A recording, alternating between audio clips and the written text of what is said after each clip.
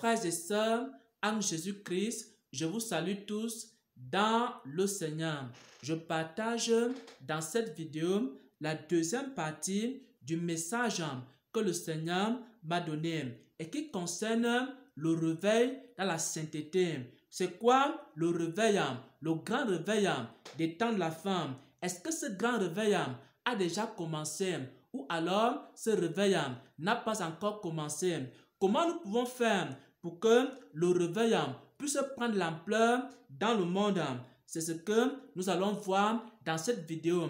Le Seigneur m'a fait beaucoup de bien et je partage cela avec le peuple de Dieu. Il m'a dit des choses, il m'a fait comprendre d'autres choses qui m'ont beaucoup étonné. Bien-aimé, si tu fais partie du réveil dans la sainteté, écoute attentivement cette vidéo du début jusqu'à la fin. Si tu es un apôtre, un prophète, un pasteur ou alors un serviteur de Dieu qui fait partie du réveil dans la sainteté ou un simple chrétien, écoute attentivement cette vidéo du début jusqu'à la fin. Je t'en supplie, écoute cette vidéo et tu seras édifié.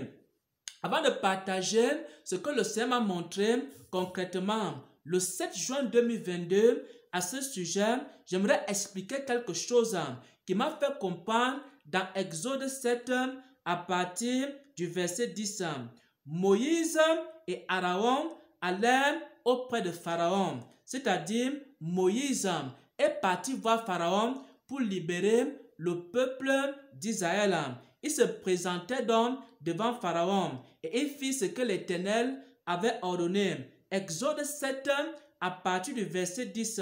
Aaron jeta le bâton de Moïse devant Pharaon et ce bâton se transforma en serpent. C'est-à-dire Moïse avait un bâton et ce bâton avait un pouvoir. Nous aussi, aujourd'hui, nous faisons des miracles. Nous aussi, aujourd'hui, nous prions pour les malades. Et maintenant, nous avons des pouvoirs. Comme Moïse avait un pouvoir. C'est ce que le Seigneur me faisait comprendre après m'avoir donné ce songe que je vais partager tout à l'heure. Et maintenant, Pharaon appela ses sages. Pharaon appela ses magiciens. Et ces magiciens jetaient aussi leur bâton. Et leur bâton se transformait en serpent. C'est-à-dire, il n'y a pas que nous qui avons le pouvoir de faire les miracles. Parfois, quand on fait un petit miracle, on prie pour un malade, le malade est guéri, on se filme, on partage partout sur les réseaux sociaux. Bien aimé, ça n'impressionne personne parce que même les enchanteurs de Pharaon font la même chose.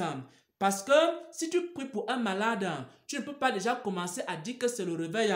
Parce que même les catholiques prient pour les malades et les malades sont guéris. C'est pourquoi tes vidéos n'impressionnent personne. Parce que tu as prié pour un malade, le malade a été guéri, tu commences à dire qu'il y a un très grand réveil sur la terre. J'ai prié pour un malade, il avait mal à la tête, je lui ai imposé les mains sur la tête, il a été guéri. Vraiment, il y a un très grand réveil sur la terre. Dans mon église, nous prions pour des gens qui ont mal à la tête. Les gens qui ont mal à la tête sont guéris. Et le Seigneur me faisait comprendre cela, que même les enchanteurs, que même également les magiciens font ces choses. C'est-à-dire, même les catholiques prient pour les malades et les malades sont guéris. Même les fausses églises prient pour les malades et les malades sont guéris. C'est pourquoi les gens se moquent du réveil dans la sanctification. Et maintenant, au verset 12, il est écrit, et maintenant, la verge ou alors le bâton de Moïse avala maintenant le bâton des magiciens. C'est là où on a commencé à prendre Moïse au sérieux. Parce que quand Moïse fait son miracle, aussi les autres charlatans font leur miracle. Mais lorsque le bâton de Moïse va avaler le bâton des autres, alors ils vont commencer à prendre Moïse au sérieux. Bien-aimés, il faut que nos miracles avalent les autres miracles. Il faut que lorsque les gens prient pour les malades et les malades sont guéris, nous on soit en train de ressusciter les morts. C'est comme ça que nos miracles vont avaler les autres miracles. On ne parlera plus que de nos miracles. Lorsque on sort dans les rues évangéliser, vous savez que même les musulmans sont aussi dans les rues. Ils sont en train de faire quoi? Ils sont en train de prêcher dans les rues. Le Seigneur l'a dit, frères et sœurs en Christ. Le Seigneur m'a dit que même les musulmans sortent dans les rues. Donc, il faut que quand on sort dans les rues pour aller évangéliser, les musulmans sortent aussi dans la rue pour aller évangéliser. Il faut que nos campagnes d'évangélisation engloutissent les campagnes d'évangélisation des musulmans. Il faut qu'il y ait quelque chose dans nos campagnes qui soit différent de ce que les musulmans font. Il faut que lorsque nous allons faire des campagnes d'évangélisation, il faut qu'on parte ressusciter les morts. Et quand on va ressusciter les morts, nos campagnes d'évangélisation vont engloutir les campagnes d'évangélisation des musulmans. Et on ne parlera plus que de nos campagnes d'évangélisation. Pourquoi? Parce qu'il faut que le serpent de Moïse engloutisse le serpent des magiciens. Et là, c'est le vrai réveil. Tant que ce n'est pas encore ça, frère et ça en Christ, on est simplement en train de faire des balades dans les rues. On est simplement en train de s'amuser. On est en train de faire ce que tous les autres sont en train de faire aussi dans leurs églises et dans leurs mouvements. Et le Seigneur m'a dit que quand le vrai réveil va vraiment commencer, alors le bâton de Moïse va engloutir le bâton des magiciens. Et maintenant, qu'est-ce que le Seigneur m'a montré concrètement? Le Seigneur m'a montré que j'étais dans un lieu et je voyais maintenant un grand évangéliste qui est très connu dans le mouvement de sainteté. Il était en train, je suis en train maintenant de donner le songe. J'ai déjà donné une explication pour que vous puissiez comprendre le songe. J'étais dans un lieu, j'étais en train de voir, le Seigneur me montrait maintenant un grand évangéliste qui est très connu dans le mouvement de la sainteté. L'évangéliste en question était en train de commencer une campagne d'évangélisation dans les rues. Il était en train d'installer son matériel. Il devait prêcher la sainte doctrine. Il devait prêcher le dépouillement. Il devait faire une grande œuvre dans la rue. Et maintenant, il était en train d'installer son matériel. Le Seigneur me montrait comment il installait ses micros, il installait ses baffles, il installait tout l'équipement nécessaire pour maintenant faire du bruit dans les rues. Et maintenant, pendant qu'il installait son équipement, le Seigneur me montrait que en face de lui, de l'autre côté de la route, il y avait premièrement des musulmans. Et le Seigneur me montrait qu'il y avait des musulmans aussi qui étaient en train de faire leur réveil. Les musulmans étaient dans la rue et les musulmans ils priaient dans les rues. Les musulmans étaient dans la rue et les musulmans prêchaient dans la rue. Bien-aimés, je ne vous mens pas. Ce que je dis, c'est la vérité. C'est ce que le Seigneur m'a montré. Et quand j'ai fait mes recherches, j'ai vu que dans certains pays, il y a même des musulmans qui évangélisent. Comme nous allons dans les rues évangéliser, il y a aussi des musulmans qui vont dans les rues évangéliser. Et le Seigneur m'a montré cela. Ce prédicateur-là était en train de préparer son matériel.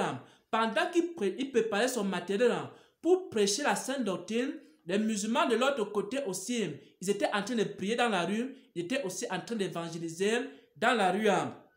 C'est la première chose que le Seigneur me montrait. Et deuxièmement, après m'avoir montré de l'autre côté de la route, il me montre qu'il y a aussi des catholiques qui sont en train de prier pour les malades. Il me montre comment un jeune enfant catholique, il impose les mains aux malades et les malades sont guéris. Et ça attirait beaucoup de gens. Ça attirait aussi la foule. Il y a beaucoup de gens qui pouvaient être sauvés, qui étaient ainsi séduits. Et maintenant, cet évangéliste-là était en train de préparer sa campagne d'évangélisation. Il se disait qu'il est en train de faire quelque chose de spécial. Même le Saint-Esprit me montrait que ce qu'il faisait là, même les musulmans font ça. Le Saint-Esprit me montrait que ce qu'il faisait là, même les catholiques font ça. C'est-à-dire, les catholiques prient pour les malades et les malades sont guéris. Alors, quand l'évangéliste a fini d'installer son matériel et qu'il voulait maintenant commencer sa campagne d'évangélisation, il a donc aperçu les catholiques qui étaient de l'autre côté de la route. Il voyait comment les catholiques étaient en train de prier pour les malades et les malades sont guéris. Il était étonné. Il commence à dire, mais Donc les catholiques aussi prient pour les malades et les malades sont guéris. Mais nous, on est en train de dire qu'on a la puissance de Dieu. On prie pour les malades sont guéris. Donc même dans ces fausses églises-là, les gens prient aussi pour les malades. Les gens font les mêmes choses que nous. Il était étonné. Et pendant qu'il était étonné, je me suis donc rapproché de lui. J'ai commencé à lui dire que, dans le songe, je me suis rapproché de lui. J'ai commencé à lui dire que oui, les catholiques aussi prient pour les malades et les malades sont guéris. Et je lui expliquais que dans l'église catholique, il y a un mouvement qu'on appelle le renouveau charismatique. Dans le renouveau charismatique des églises catholiques, on prie pour les malades sont guéris. On parle en langue, on fait semblant de chasser les démons. On fait toutes ces choses, mais ce n'est pas par la puissance de Dieu, mais les catholiques font ces choses, même les fausses églises font ces choses. Tout ce que nous filmons, nous publions sur les réseaux sociaux, bien-aimés, tout le monde fait ça, bien-aimé. Et le Seigneur me faisait donc comprendre à la fin que il faut que le réveil fasse des choses que les autres ne peuvent pas faire.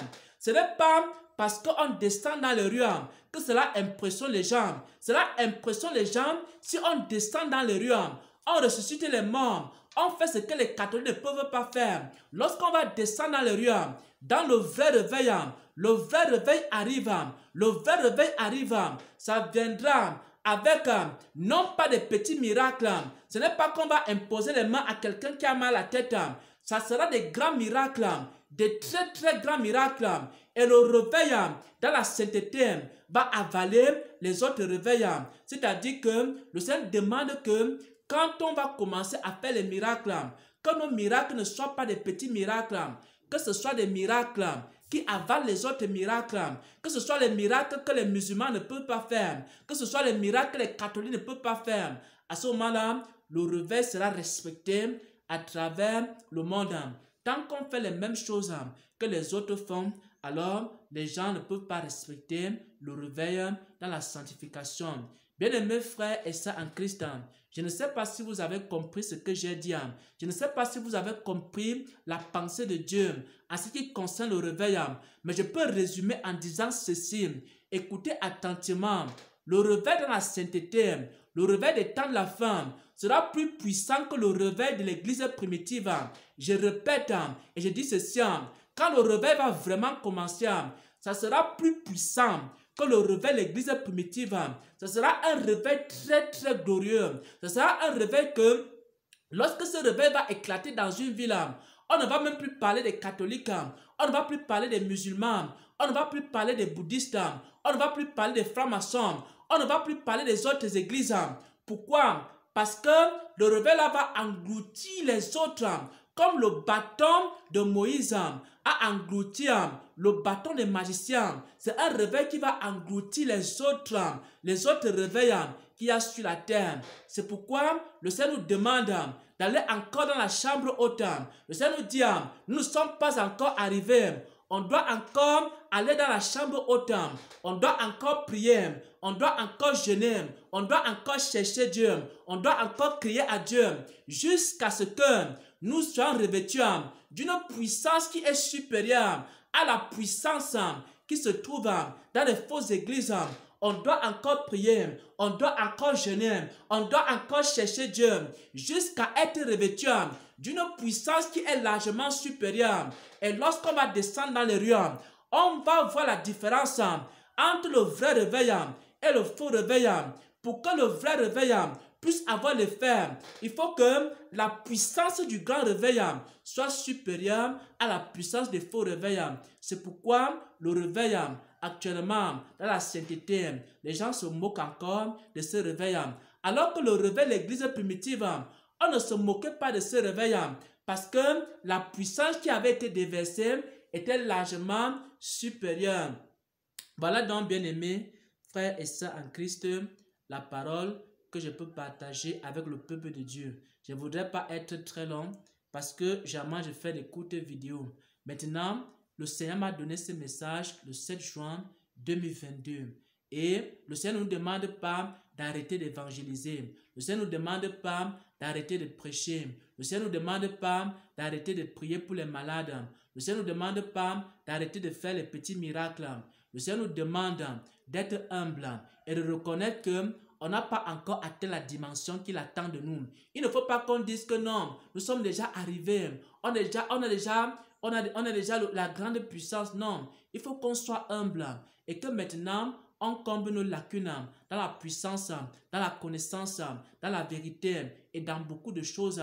Et maintenant, nous serons au-dessus, largement au-dessus des églises qu'il y a dans le monde, des fausses églises. Et maintenant, on va commencer à faire maintenant des miracles qui vont dépasser les autres. Et quand ces miracles-là vont commencer à arriver, alors on saura que le vrai réveil est arrivé. Et le vrai réveil va donc absorber tous les autres réveils, toutes les autres religions. On ne parlera plus que de nous. On ne parlera plus que du réveil à la sainteté. Et maintenant, après cela, donc, il y aura une grande persécution des chrétiens à travers le monde. Mais ça, c'est un autre chapitre. Que le Seigneur vous bénisse, que le Seigneur vous fortifie, que le Seigneur vous sanctifie. Amen, amen, amen.